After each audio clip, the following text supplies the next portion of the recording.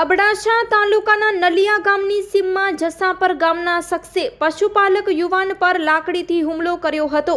આ બનાવ અંગે નલિયા પોલીસ સ્ટેશનમાં વિંગાબેર ગામના કુલદીપસિંહ પ્રતાપસિંહ સરવૈયાએ નોંધાવેલી ફરિયાદ અનુસાર તારીખ 22ના બપોરે 3:30 વાગ્યાના અરસામાં નલિયાની સીમમાં આવેલા ખાલી ખેતરોમાં ભેંસ ચરાવતો હતો। આ સમય દરમિયાન જસાપર ગામના રફીક હુસેન નોતિયાર હાથમાં લાકડી લઈને ત્યાં આવ્યો હતો અને કહ્યું હતું કે અમારા ગામની સીમમાં ભેંસ ચરાવવા માટે કેમ આવ્યો છે તેમ કહીને બોલાચાલી કરીને ગાળો ભાંડીને બાદમાં ઉશ્કેરાઈને લાકડીથી કુલદીપસિંહ પર હુમલો કરતા તેને માથામાં ઈજા પહોંચી હતી।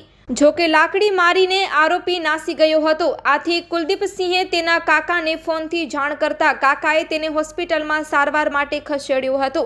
આ બનાવ અંગે નલિયા પોલીસે ગુનો નોંધીને આગળની કાયદેસરની કાર્યવાહી હાથ ધરી છે।